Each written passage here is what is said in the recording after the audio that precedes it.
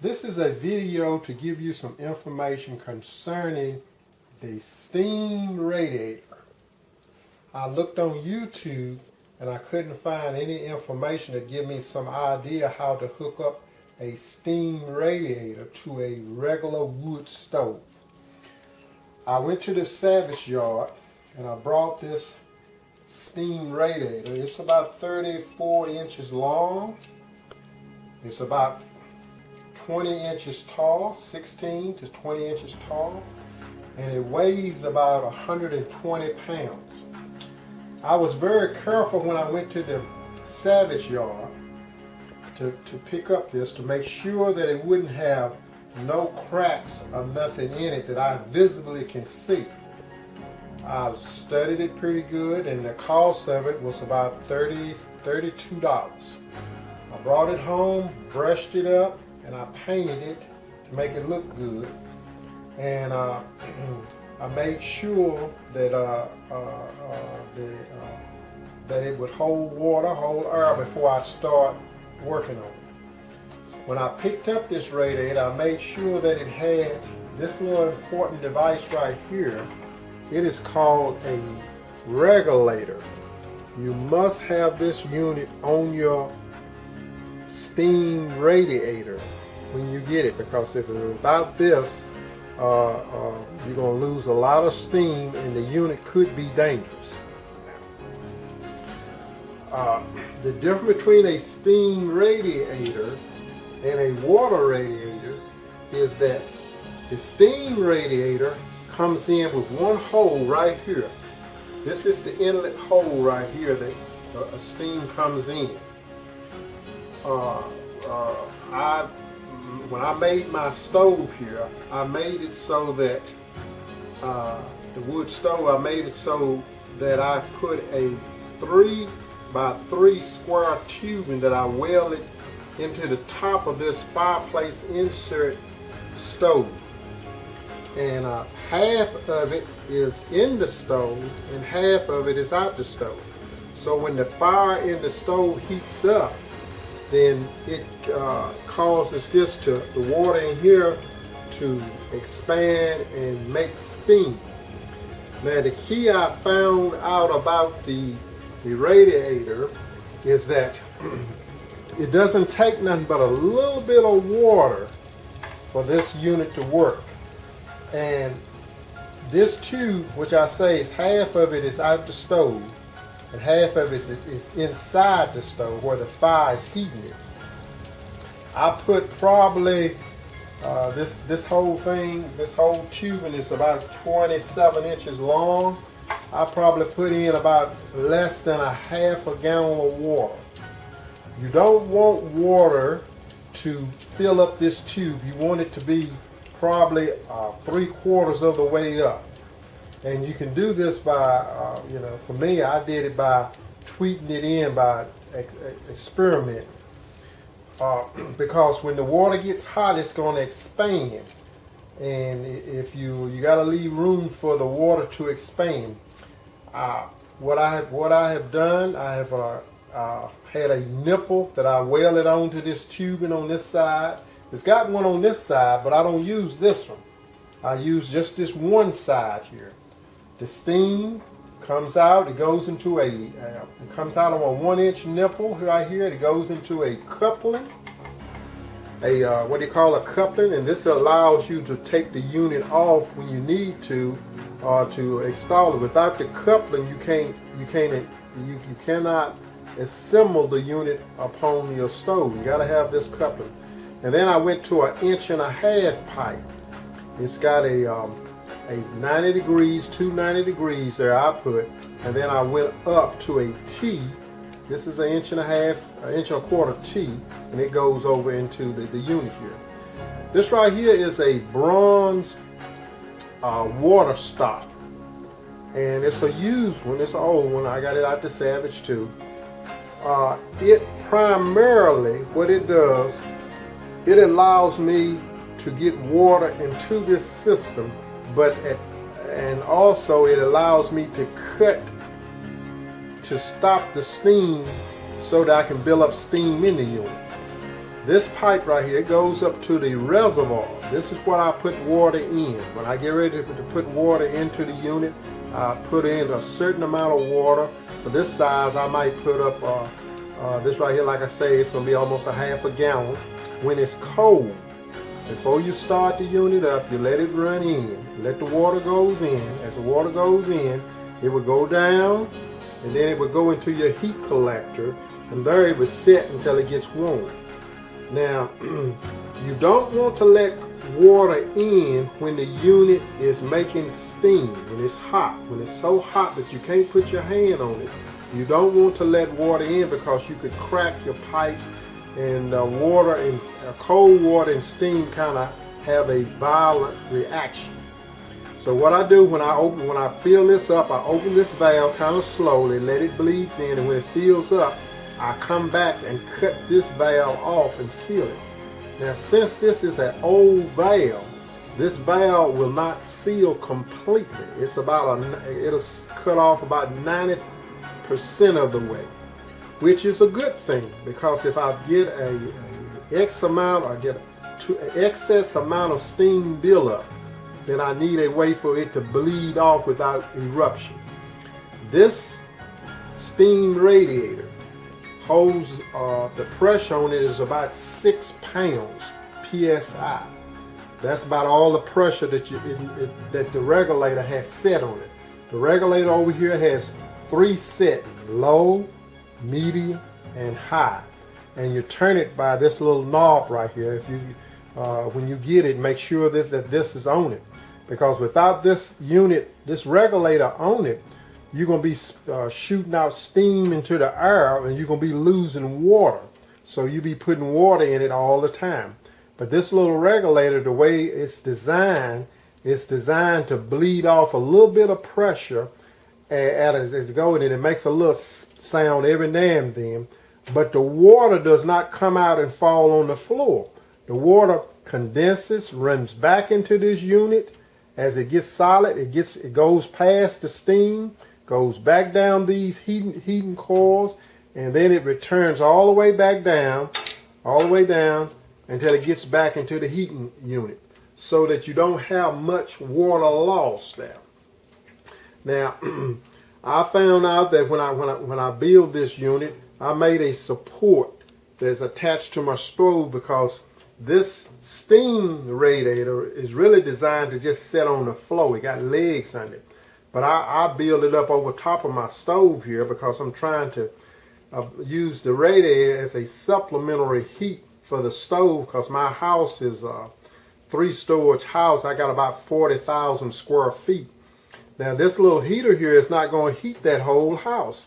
It's only going to heat through just radiation. With the stove and this together, it's probably just going to only heat about almost 18,000 square feet without a blower system. If you look, this right here is not going to heat. Don't think that this is going to heat your whole house. You got to have a duct system if your house is more than 20,000 square feet to help circulate the heat throughout your house there.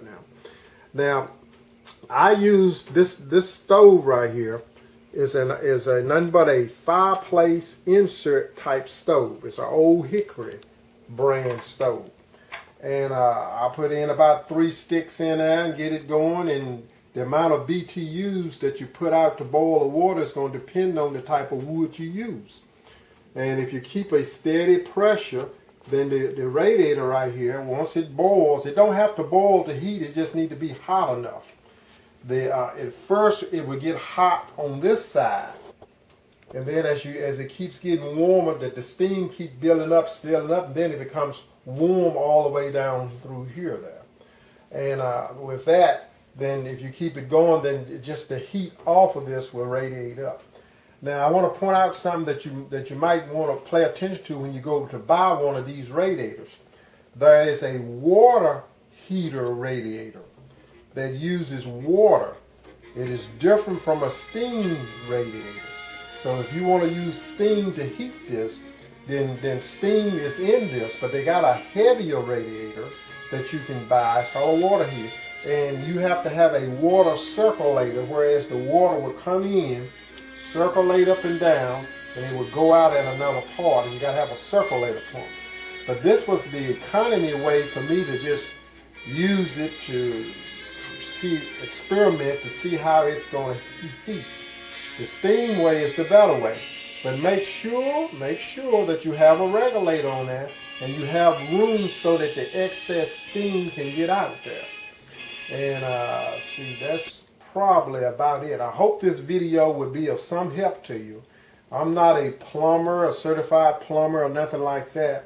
But if someone had made this video, would have gave me some ideas. I had to try through trial and error. Now I use regular Plumber Pro dope for the junts on here. When I put the junts together, I could have used Teflon tape, but I used the old style plumber dope because when you first put the unit together, even though you got most of it tight, you're going to notice that it's going to be a water leakage around some of the junts. But don't let that discourage you, because it's just normal for it to do that. And after it runs a while, it sets in, then this Pro Plumber dope kind of has a tendency to soak around in it and melt in the areas that's got little cracks, and it will stop. So the water will stop there. So go to the nearest salvage yard, find one. Don't get one too heavy. Make sure if you want to set up one, set up a steam radiator. Look for it. The water radiator is going to be so heavy that you can't handle it. It's going to take two people. You can't even pick that thing up. This one right here, like I say, it cost me about $32, $36. I got a good deal on it, and I hope you be safe and enjoy your steam radiator when you get. Okay, I'm going to give a summary of my video. I've drawed it out on a little piece of metal out here, and I want to show you the ideas what I came up with, and it might be helpful to you on this. First of all, this right here is the collector. This is the steam radiator itself. This is what you got to buy. This right here is the reservoir. This is where you put your water into. Put your water down in here. This is open at the top, right up here. It's open. Pour the water in. It goes down. And this right here is the stop valve. Right here is the stop valve. And then as it goes down, right here showing the blue, it goes down, it goes over here, and it fills up this reservoir right here that's over top of the stove here. This is the heat collector right here, basically. You only want to put just about a little bit of water in that thing, about that from there. That's about a quarter of it. Fill it up all the way across there. You don't want to fill it all the way up to the top here. That don't work. There's just a little bit of water in there because you want to make steam. This right here is something important right here. As you can see, my drawing shows that this U right here is called a U trap. That's the distance from right here all the way around to right here. This U trap, it has to be lower than your water level right here. Because what it does, it traps air, it keeps air out the system and keep you from getting a water log. A water log is when you have water somewhere up in here and you got air trapped in between it. So when you heat it and stuff, the steam is not circulating, it's a blockage. But anyway, this right here in a U trap, it looks similar to this unit over here. That right there is what a U trap look like. Comes down and around. That's a piece of metal there to show it. This right here is the stove, of course, with the door. This red right here represents the flame. You got to get it a certain amount of temperature for it to make steam. This right here, when the steam is made, after it bubbles back, it goes by the U, and that's the purpose of the U, is to let the steam by but stop the water. because you don't want the water going up in here. You want the basically steam. So that the water comes down, stays at the bottom, the steam kind of sneaks over top of it, comes up here.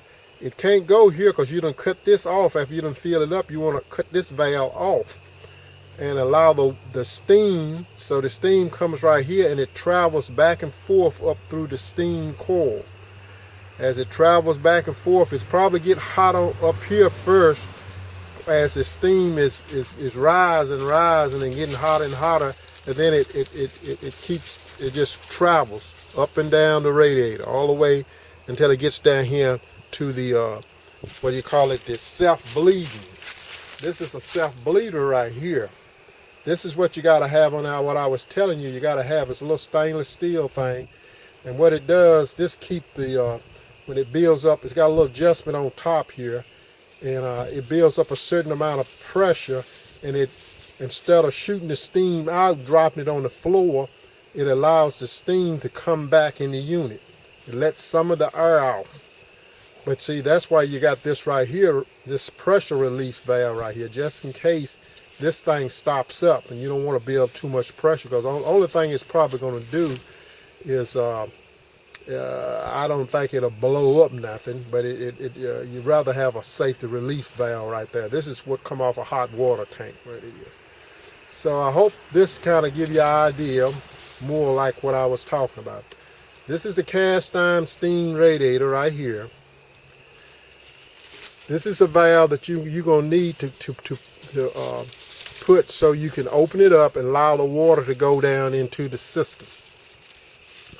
And this right here is also, you can open this when it's too much water. You can drain some of it out there, because if you get too much water in there, you're gonna have to either open this up right here while it's making steam, so that the steam can escape out through the reservoir.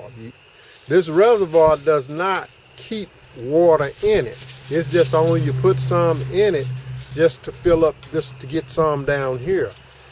You don't need this to be full of water. You just put probably a cup full in, about 2 cups full in, and then you observe the unit. If it's getting warm and you can hear it bubbling right here.